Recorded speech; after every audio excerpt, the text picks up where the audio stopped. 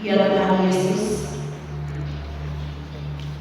dalam penghayatan iman di minggu selesai yang kelima, ada firman Tuhan yang hendak diberitakan. Kami bermohon, Roh Kudus Tuhan, penuhilah setiap hati kami saat ini, supaya firman Tuhan yang diberitakan tidak terlalu dengan sia-sia, tetapi benar-benar boleh menjadi bagian dalam kehidupan kami. Boleh kami menyatakan itu dalam setiap perjuangan kehidupan kami sebagai umat Tuhan yang telah diadakan untuk menerima pengampunan, tetapi juga belas kasihan dan keselamatan serta janji kehidupan yang kekal dari Yesus. Bekal firman Tuhan ini kiranya semakin menguatkan kami semua untuk tetap ada dan memiliki Yesus di sepanjang kehidupan kami. Dalam nama Tuhan Yesus, kami sambut firman saat ini. Amin. Kita membaca Injil Lukas pasal 22 ayat 47 sampai dengan ayat yang ke-53. Injil Lukas pasal 22 ayat 47 hingga dengan 53.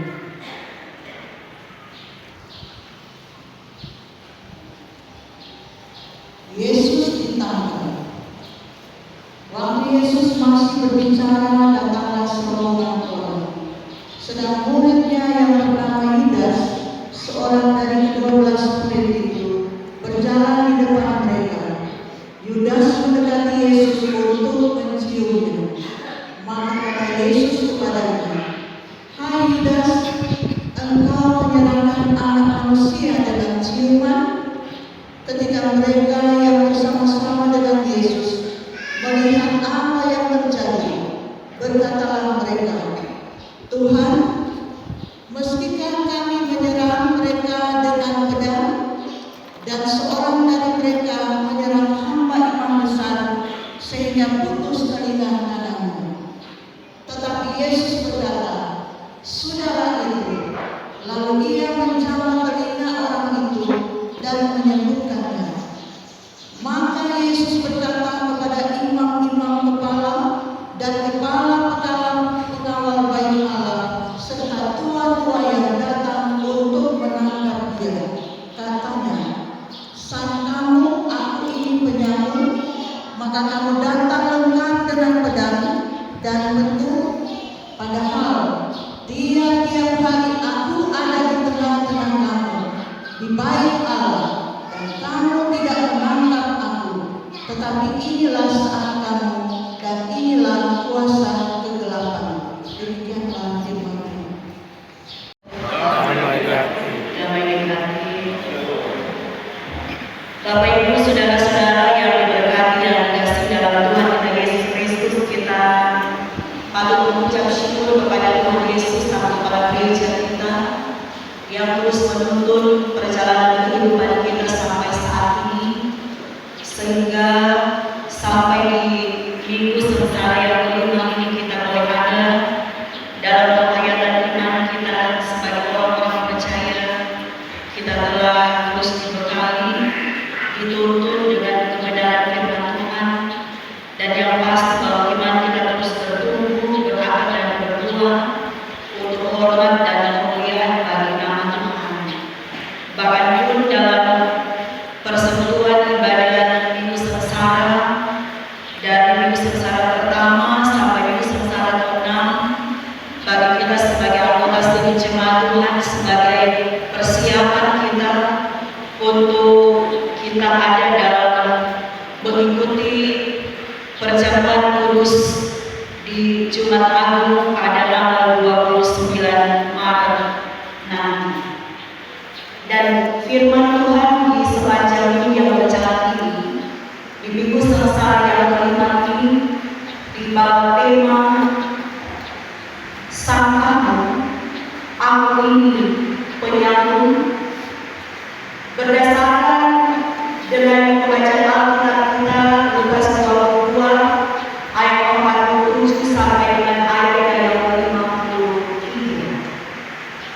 Ketika Yesus berada di taman Getsemani berdoa bersama dengan murid-muridnya, dia sementara selesai berdoa, sementara berbicara dengan murid-muridnya, tiba-tiba ada serombongan orang datang menjumpai Yesus, dan di depan rombongan itu ada salah seorang murid Yesus yang bernama Yudas Iskariot.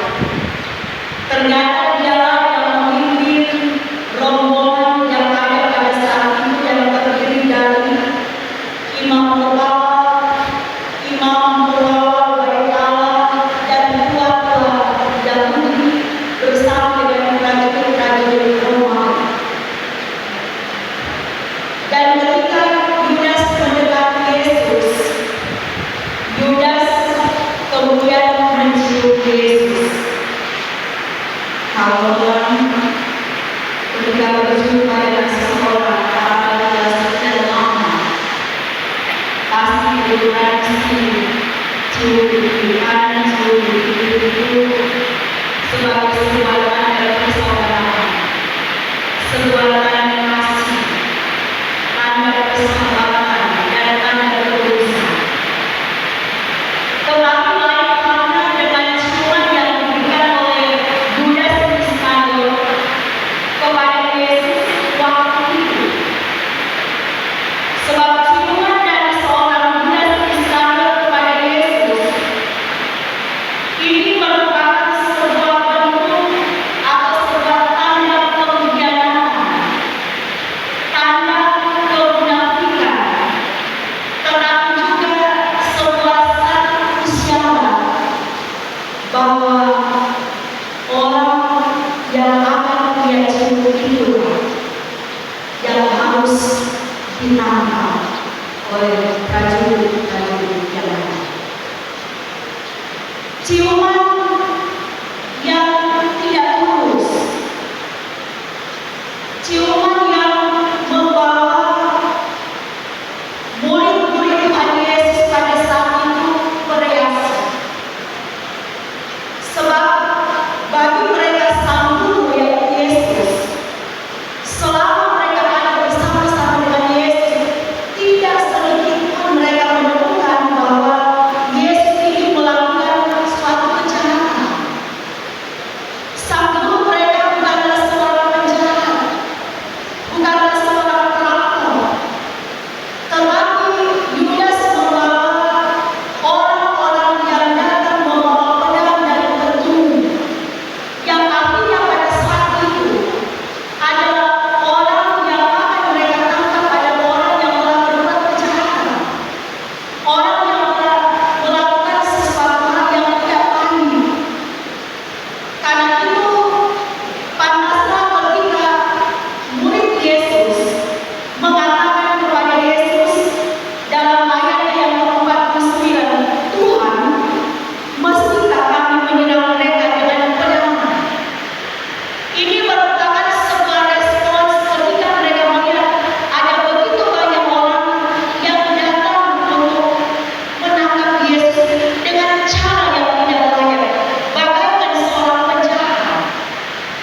Dan tanpa berpikir panjang lagi, maka seorang murid, memang dalam kitab Injil Lukas ini tidak mengatakan siapa seorang murid yang memotong telinga seorang hamba pada saat itu.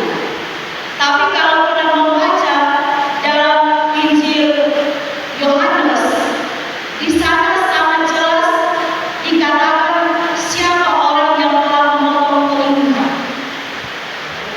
Di situ dikatakan Simon Petrus yang pada saat itu melakukan hal tersebut sebagai sebuah tindakan pembelaan. Karena seperti yang diungkapkan tadi, yang mereka lakukan adalah sebuah tindakan, sebuah respons untuk membela sang guru.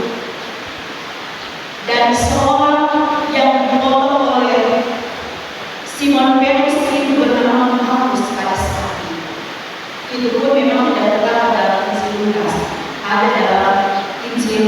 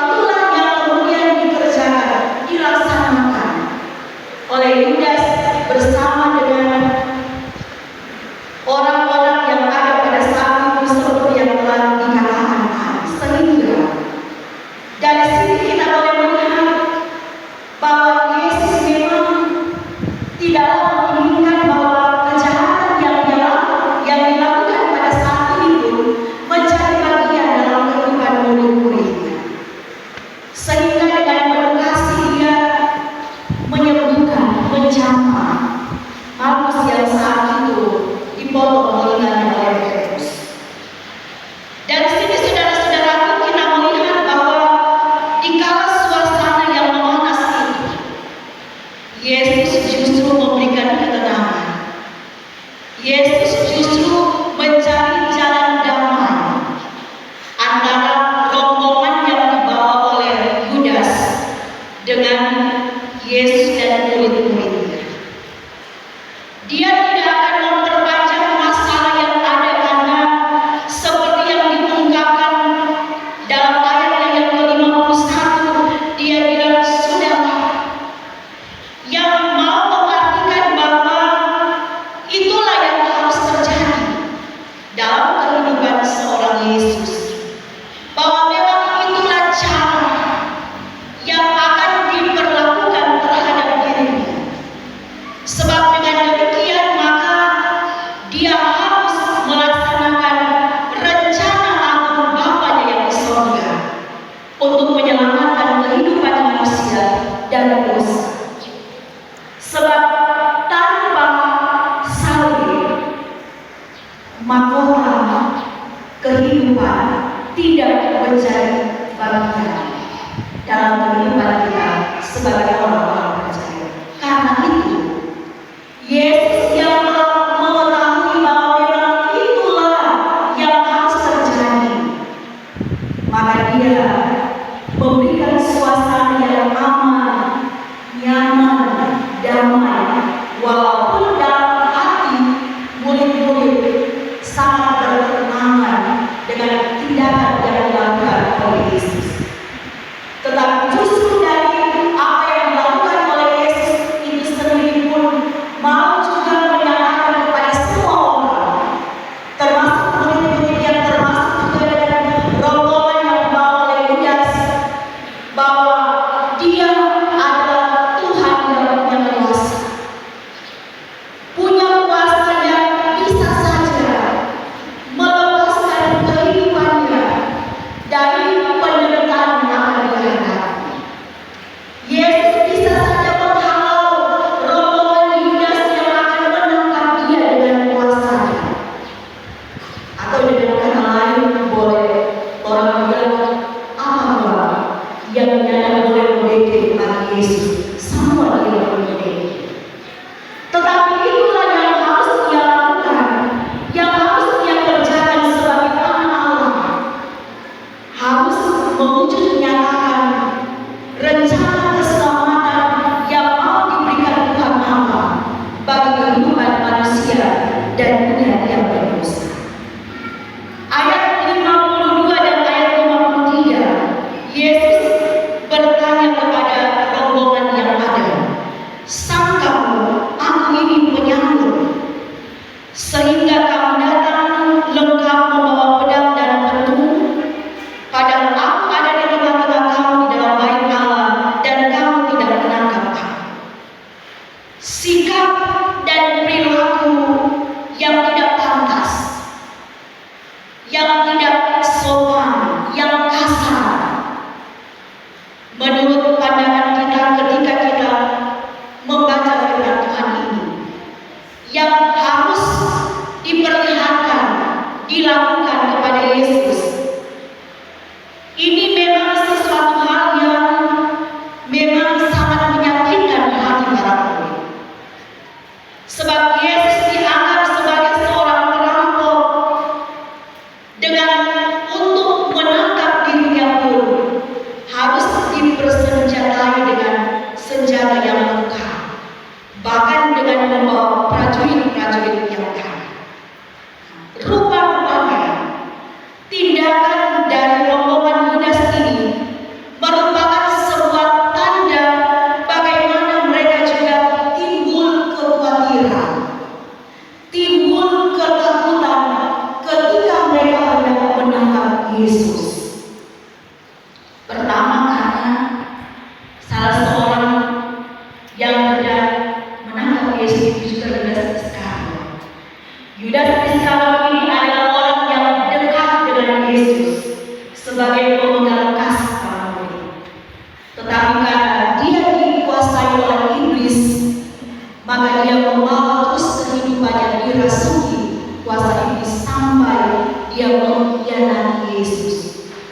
menjual Yesus. Dan Yudas ini pasti tahu bahwa Yesus ini punya kuasa yang besar, sanggup juga untuk menghalau rencana penangkapan yang sudah mereka rencanakan. Dan di sisi lain, para prajurit tua-tua Yahudi yang ada pada saat itu, mereka pun berpikir lain. Karena Yesus pada saat itu pasti tidak sendiri, ada murid-murid Yesus terkecuali Yudas. Mereka pasti akan melawan, mereka pasti akan memberontak, dan pasti akan terjadi perkelahian. Itu yang menjadi pemikiran mereka.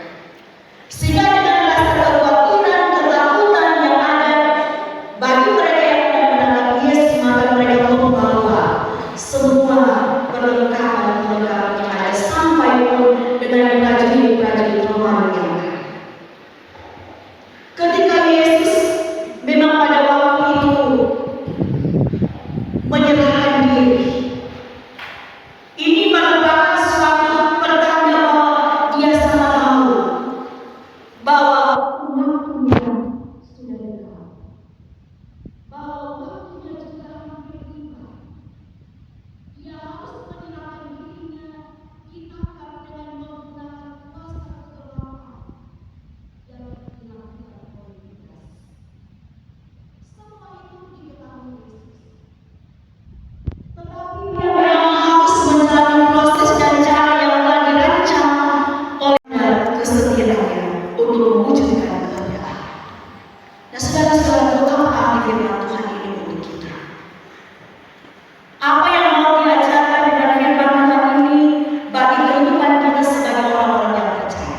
Yang pertama, ketika Yesus ditangkap melalui ciuman Yudas, itu sebagai tanda sebuah kemunafikan dan sebuah pengkhianatan. Dan ini menjadi suatu peringatan kepada kita supaya jangan demi kepentingan pribadi, demi kepentingan kelompok, kita melakukan suatu tindakan-tindakan yang sangat merugikan orang-orang yang terdekat dengan kita, keluarga kita, ataupun sahabat teman kita, saudara kita. Jangan hanya karena kepentingan kita atau kepentingan suatu kelompok akan menjadikan saudara itu menjadi lawan, atau keluarga kita itu menjadi musuh. Jangan jadikan ciuman kepada keluarga atau sahabat kita sebagai tanda untuk menjauhkan mereka. Tetapi belajarlah untuk tetap setia pada keluarga kita, tetaplah setia pada sahabat kita, saudara kita. Jangan pernah mengkhianati mereka, tetapi juga tetap setia kepada Tuhan Allah. Jangan pernah mengkhianati kepercayaan kita hanya karena kepentingan kita, hanya karena keinginan kita, kemauan kita, hanya karena supaya ada orang yang hanya karena ingin sesuatu, maka terkadang rela mengorbankan keyakinannya, keimanannya, sehingga dapat memperoleh apa yang diinginkan, jabatan misalnya, kedudukan misalnya, harta kekayaan misalnya. Bisa saja ini sebagai orang percaya, orang dalam melakukan itu, sebagaimana juga yang dilakukan oleh Yudas sebagai sebuah tanda pengkhianatan, sebuah tanda bagaimana dia tidak lagi setia kepada Yesus sang gurunya.